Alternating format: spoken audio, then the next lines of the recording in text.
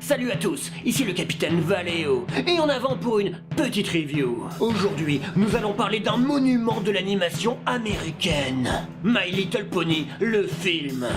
Ouais, est-ce que ce film m'a mis en PLS? Possible, mais on va y revenir. Par contre, attention, je vais spoiler. Je précise que je ne suis pas un fan de la série animée My Little Pony. Je n'ai vu que quelques épisodes, et c'était... mais... Donc, dans ce film, Equestria, le pays des poneys, se fait envahir par l'empereur Storm, épaulé par un poney renégat. Tempest. Un petit groupe de héros, mené par la princesse Twilight Sparkle, devront aller chercher de l'aide auprès des légendaires hippogriffes. Le film a un bon synopsis, et l'empereur Storm se paie le luxe de débarquer avec des zeppelins. Trop cool. Mais au final, c'est de la méga merde incohérente. Déjà, comment ça se fait qu'Equestria soit dirigée par 4 princesses? Il n'y a pas de reine ou de roi? Equestria serait une sorte de principauté? Comme Monaco? Ensuite, comment les dirigeants n'ont jamais entendu parler du roi Storm avant qu'il ne débarque dans la capitale? Monsieur le Président, nous sommes attaqués! Comment? Mais par qui? Une mystérieuse armée vient de pénétrer dans Paris. Elle est menée par un certain Adolf Hitler.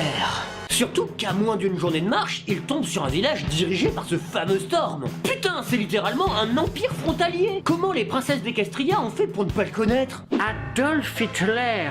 Mais d'où vient-il? Un lointain pays, à l'est, à près de 5 heures de route. Oh mon Dieu, ils ont roulé pendant 5 heures d'affilée.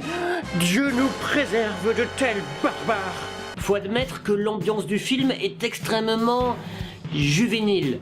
Et que les gags sont très enfantins. Et presque aucun des protagonistes ne sert à quoi que ce soit. La seule qui est utile, c'est l'héroïne, Twilight Sparkle, qui fait de la télékinésie. Genre, à côté, il y a un poney dans le groupe qui est timide. Ouais, c'est sa capacité. Et il y en a un autre qui fait un putain de canon à gâteau. C'est un canon, mais qui tire des gâteaux. Merde, les poneys maîtrisent la poudre à canon, et ils sont assez glands pour se faire envahir par des mecs armés de lances. Oh, j'ai besoin d'un break. Ah, ça va mieux. Mais quand on pense qu'on a touché le fond, le film t'en met une deuxième dans les dents. Les hippogriffes sont la chose la plus hallucinante que j'ai jamais vue. Quelle serait la chose la plus girly au monde? Des poneys fusionnés avec des sirènes. Ouais, on a des putains de poneys sirènes vivant sous l'eau et jouant avec des coquillages. J'avoue que ça m'a envoyé dans des cordes. Faut juste encaisser. Mais outre le côté girly, le film est blindé de défauts. Déjà, il y a les chansons.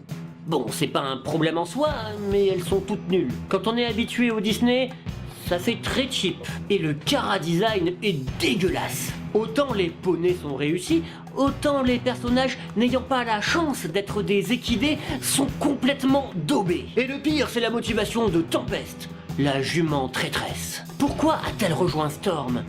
Je vous préviens, c'est une histoire bien écrite. Petite, elle jouait dans la forêt, et elle est tombée sur un ours, qui lui a cassé sa corne. Ensuite, ses amis ont arrêté de jouer à la balle avec elle. Voilà pourquoi elle a trahi son pays. Regarde-toi, c'est open bar, je sens plus rien. Oh, c'est quand même vachement nul comme motivation. Je ne comprends pas comment avec un truc aussi connu, on puisse faire un tel échec cinématographique. Tous les films familiaux ont plusieurs niveaux de lecture, afin que les adultes aient quelque chose à se mettre sous la dent. Ça permet d'avoir des œuvres intemporelles, des œuvres qu'on peut re-regarder 15 ans après. Ici, faut oublier, c'est puéril tout du long. Et les plus de 7 ans seront largués. Et si, comme moi, la veille, vous avez re-regardé Hellsing Ultimate...